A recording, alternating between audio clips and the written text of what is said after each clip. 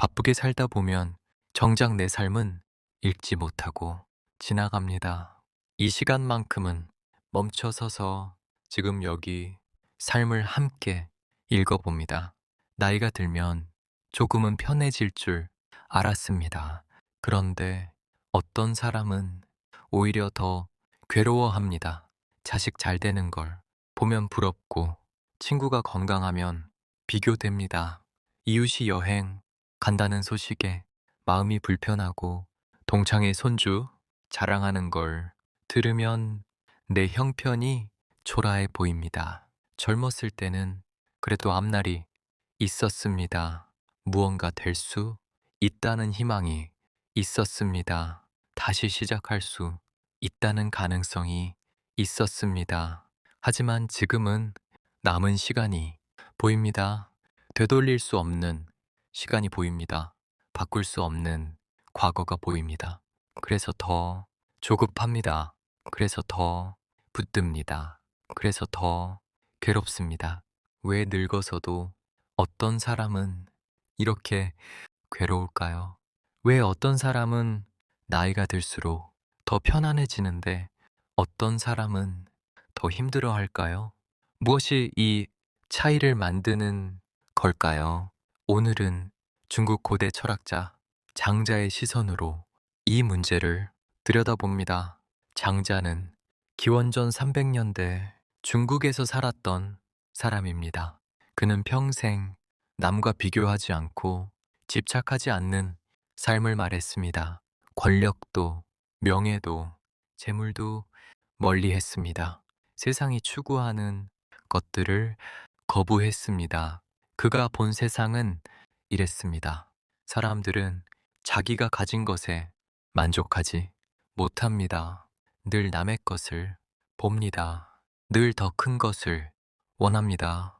늘 더 많은 것을 바랍니다. 늘 더 좋은 것을 꿈꿉니다. 그러다 보니 손에 쥔 것조차 제대로 느끼지 못합니다. 지금 가진 것의 가치를 모릅니다. 현재의 행복을 놓칩니다. 장자는 말합니다. 비교는 끝이 없다고, 집착은 스스로를 올가맨다고, 그 두 가지가 사람을 괴롭게 만든다고. 나이가 들면 비교할 게 더 많아집니다. 누구는 자식이 잘 됐고, 누구는 손주가 예쁘고, 누구는 돈이 넉넉하고, 누구는 건강하고, 누구는 배우자와 사이가 좋고, 누구는 취미, 생활을 즐기고, 누구는 여유롭게 삽니다. 그런 이야기를 들으면 내 삶이 초라해 보입니다. 내가 살아온 세월이 보잘것없어 보입니다. 평생 애쓴 것이 무의미하게 느껴집니다. 장자는 이걸 이렇게 봤습니다. 작은 새와 큰 새를 비교하는 것과 같다고. 작은 새는 나무 사이를 날아다니며 삽니다. 낮게 날고 짧게 날고 나뭇가지에 앉아 쉽니다. 벌레를 잡아먹고 둥지를 짓고 작은 세계에서 만족합니다. 큰 새는 하늘 높이 날아오릅니다. 구름 위로 오르고 바람을 타고 먼 곳까지 날아가고 넓은 세계를 누빕니다. 둘 중 누가 더 나은 걸까요? 둘 중 누가 더 행복할까요? 장자는 묻습니다. 그게 중요한가? 하고 작은 새에게는 나무 사이가 세상 전부입니다. 그 세상에서 먹이를 찾고 둥지를 만들고 새끼를 키우고 살아갑니다. 그것으로 충분합니다. 큰 새에게는 하늘이 세상입니다. 그 세상에서 바람을 읽고 구름을 헤치고 먼 길을 가고 살아갑니다. 그것으로 충분합니다. 각자의 자리에서 각자의 방식으로 살아갈 뿐입니다. 비교는 그 자리를 흐립니다. 내가 가진 것을 제대로 보지 못하게 만듭니다. 내가 서 있는 이 자리를 부정하게 만듭니다. 내가 걸어온 길을 폄하하게 만듭니다. 예를 들어 봅니다. 어떤 분은 친구가 해외여행을 자주 간다는 얘기를 듣고 속이 상합니다. 나는 몸이 불편해서 멀리 나가지 못하는데 친구는 자유롭게 세계를 누비며 다닌다고 생각합니다. 그 친구가 올린 사진을 보면 부럽습니다. 유럽의 거리, 아시아의 사원, 아름다운 풍경들. 하지만 그 친구는 혼자 사는 외로움을 견디고 있을 수 있습니다. 돌아올 집에 아무도 없는 허전함을 달래려고 여행을 다니는 것일 수 있습니다. 사진 속 웃음, 뒤에 쓸쓸함이 있을 수 있습니다. 그 친구 역시 당신의 가족이 모이는 모습을 부러워할 수 있습니다. 명절날 손주들이 오는 그 순간을 그리워할 수 있습니다. 저녁 식사 때 둘러앉은 가족을 부러워할 수 있습니다. 비교는 보이는 것만 봅니다. 보이지 않는 것은 놓칩니다. 겉으로 드러난 것만 보고 속을 보지 못합니다.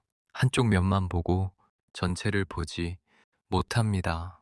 장자가 말한 건 이겁니다. 남의 삶을 기준으로 내 삶을 재지 말라는 것. 남과 비교하면 내 것이 작아 보입니다. 하지만 그건 착각입니다. 크고 작음은 없습니다. 좋고 나쁨도 없습니다. 우열도 없습니다. 다를 뿐입니다. 어떤 분은 평생 성실하게 살았습니다. 매일 출근하고 월급 받고 자식 키우고 집 마련하고 빚 없이 살았습니다. 조용히 묵묵히 한 걸음씩 걸어왔습니다. 아침마다 일어나 출근하고 저녁마다 돌아와 가족과 밥 먹고 주말마다 쉬며 소소한 행복을 누렸습니다. 그런데 친구 중 누군가 사업으로 크게 성공했다는 얘기를 듣습니다. 빌딩을 샀다는 소식을 듣습니다. 고급 차를 탄다는 이야기를 듣습니다.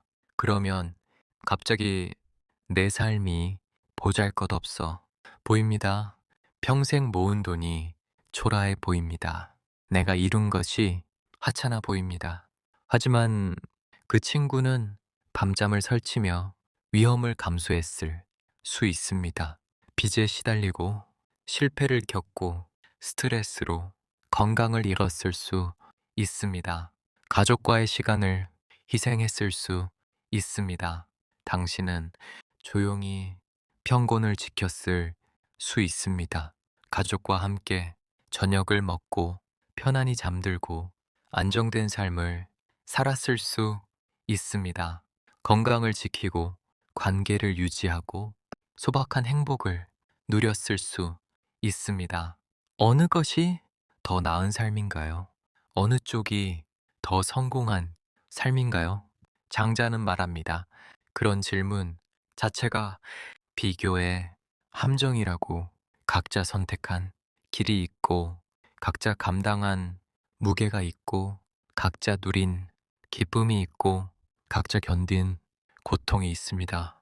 그걸 인정하면 비교는 사라집니다. 나이가 들수록 이 사실을 받아들이는 게 중요합니다. 비교는 마음을 가난하게 만듭니다. 내가 가진 것을 보지 못하게 만듭니다. 감사할 줄 모르게 만듭니다. 지금 이 순간 당신 곁에 있는 것들을 한번 봐보십시오. 아침에 마시는 따뜻한 차, 창밖에 보이는 나무, 전화기 너머 들리는 자식 목소리, 함께 나이 든 배우자의 손, 오래된 친구의 안부 전화, 그것들이 당신의 세상입니다. 남의 세상과 비교할 필요 없습니다. 당신의 세상은 당신의 것입니다. 장자가 우리에게 남긴 첫 번째 가르침은 이겁니다. 비교를 멈추면 비로소 내 삶이 보인다는 것. 이제 집착에 대해 이야기합니다. 늙으면 버릴 줄 알아야 한다는 말 많이 들어보셨을 겁니다. 손에서 놓을 줄 알아야 한다고 말합니다. 욕심을 내려놓아야 한다고 말합니다. 그런데 실제로는 더 붙듭니다. 자식에게, 재산에, 과거의 영광에, 예전의 방식에, 오래된 습관에. 왜 그럴까요? 장자는 이렇게 봤습니다. 사람은 자기가 쌓아온 것을 놓으면 사라질까봐 두려워한다고, 내가 없어질까봐 두려워한다고, 정체성을 잃을까봐 두려워한다고, 그래서 더 꽉 쥡니다. 더 세게 붙듭니다. 더 강하게 집착합니다. 하지만 꽉 쥔 손은 새로운 걸 받을 수 없습니다. 손이 아프고 팔이 저리고 몸이 경직되고 마음이 굳어집니다. 예를 들어 이런 경우입니다. 어떤 분은 젊었을 때 일했던 방식을 아직도 고집합니다. 세상이 바뀌었는데도, 시대가 달라졌는데도, 환경이 변했는데도 자신의 경험이 여전히 정답이라고 생각합니다. 자식에게 자꾸 그 방식을 강요합니다. 이렇게 해야 성공한다고, 저렇게 하면 망한다고, 내 말을 들어야 한다고 말합니다. 자식은 듣지 않습니다. 자식은 자기 방식대로 살아갑니다. 자기 시대에 맞게 살아갑니다. 그러면 속상합니다. 섭섭합니다. 배신감까지 느낍니다. 내 경험을 무시한다고 생각합니다. 장자는 말합니다. 흐르는 물처럼 살라고. 물은 막히면 고이고, 고이면 썩고, 썩으면 냄새가 나고, 생명이 죽습니다. 흘러가야 살아 있습니다. 흘러가야 맑습니다. 흘러가야 생명을 키웁니다. 집착은 물을 막는 것과 같습니다. 또 다른 예입니다. 어떤 분은 자식이 자주 연락하지 않으면 서운해합니다. 매일 전화하던 자식이 이틀에 한 번 전화하면 섭섭합니다. 일주일에 한 번 오던 자식이 한 달에 한 번 오면 화가 납니다. 자기를 잊었다고 생각합니다. 자식은 자식대로 바쁩니다. 일도 하고, 육아도 하고, 살림도 하고, 부부 관계도 챙기고, 자기 삶을 살아갑니다. 하지만 부모는 기다립니다. 매일 기다리고, 전화를 기다리고, 방문을 기다립니다. 그 기다림이 집착이 되면 관계가 무거워집니다. 자식은 부담을 느낍니다. 전화하는 게 의무가 됩니다. 방문하는 게 짐이 됩니다. 점점 멀어집니다. 장자가 본 자연의 이치는 이랬습니다. 강요하지 않으면 저절로 온다. 붙들지 않으면 자연스럽게 머문다. 나뭇가지를 꽉 쥐면 새는 날아갑니다. 손을 펴면 새는 스스로 날아와 앉습니다. 고요히 기다리면 새는 다가옵니다. 사람도 마찬가지입니다. 어떤 분은 과거에 잘 나갔던 시절을 계속 이야기합니다. 그때는 이랬다. 그때는 저랬다. 그때 내가 어떻게 했다. 그때 나는 이런 사람이었다. 같은 이야기를 반복합니다. 몇 번이고 반복합니다. 하지만 듣는 사람은 지루합니다. 가족도 친구도 더 이상 듣고 싶어 하지 않습니다. 과거에 사는 건 지금을 놓치는 것입니다. 오늘을 보지 못하는 것입니다. 현재를 살지 못하는 것입니다. 장자는 말합니다. 과거도 미래도 없다고, 오직 지금만 있다고, 지금 이 순간만 진짜라고. 집착은 지금을 보지 못하게 만듭니다. 눈앞의 것을 놓치게 만듭니다. 소중한 순간을 흘려보내게 만듭니다. 그렇다면 어떻게 살아야 할까요? 장자는 비우고 내려놓으라고 했습니다. 하지만 그게 쉽지 않습니다. 평생 쌓아온 것을 하루아침에 놓을 수는 없습니다. 애써 지켜온 것을 쉽게 버릴 수는 없습니다. 그래서 작은 것부터 시작하면 됩니다. 천천히 하나씩 조금씩 자기 속도로 첫째, 하루에 한 번 비교하는 마음을 알아차립니다. 누군가를 부러워할 때 잠깐 멈춥니다. 그리고 묻습니다. 나는 지금 내 손에 쥔 것을 보고 있는가? 내가 가진 것의 가치를 알고 있는가? 내 삶의 의미를 느끼고 있는가? 둘째, 하나씩 내려놓습니다.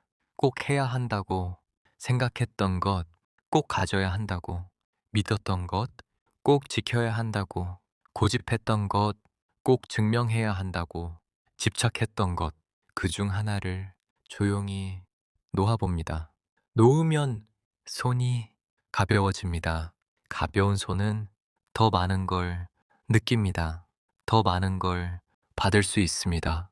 더 많은 걸 누릴 수 있습니다. 셋째, 오늘 하루를 살아봅니다. 어제도 아니고, 내일도 아니고, 오늘, 지금 이 순간에 집중합니다. 아침 햇살, 점심 식사, 저녁 산책, 밤하늘의 별, 옆에 앉은 사람, 그것들이 삶입니다. 작지만 소중한 삶입니다. 평범하지만 아름다운 삶입니다. 장자가 우리에게 남긴 건 거창한 이론이 아닙니다. 어려운 철학이 아닙니다. 복잡한 가르침이 아닙니다. 다만 이런 시선입니다. 세상은 내가 생각하는 것보다 넓고 삶은 내가 매긴 기준보다 자유롭고 행복은 내가 찾는 곳보다 가까이 있다는 것. 늙어서 괴로운 사람의 공통점은 이겁니다. 비교의 틀 안에 갇혀 있고 집착의 무게에 눌려 있습니다. 남을 보며 내 것을 잃고 과거를 쥐며 오늘을 놓치고 욕심을 채우며 평화를 잃습니다. 반대로 편안한 사람은 자기 자리에서 자기 속도로 삽니다. 남의 것을 부러워하지 않고 자기 것을 억지로 붙들지 않고 지금 이 순간을 살아냅니다. 있는 그대로를 받아들이고 흘러가는 대로 따라가고 자연스럽게 살아갑니다.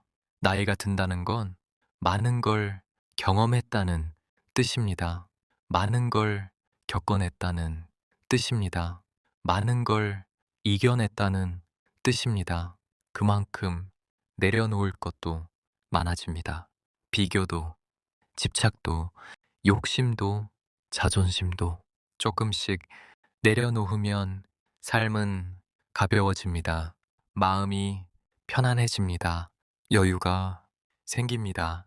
오늘 하루 한 가지만 내려놓아 보십시오. 그것만으로도 충분합니다. 작은 변화가 큰 평화를 가져옵니다. 당신은 이미 충분히 잘 살아왔습니다. 충분히 애써왔습니다. 충분히 버텨왔습니다. 이제는 가벼워질 시간입니다. 쉬어갈 시간입니다. 자유로워질 시간입니다. 삶은 언제나 정답을 주진 않지만 생각할 시간을 남깁니다. 오늘 이야기 중 마음에 남는 문장 하나만 가져가셔도 충분합니다. 지금 여기 삶을 읽다. 다음 이야기에서 뵙겠습니다.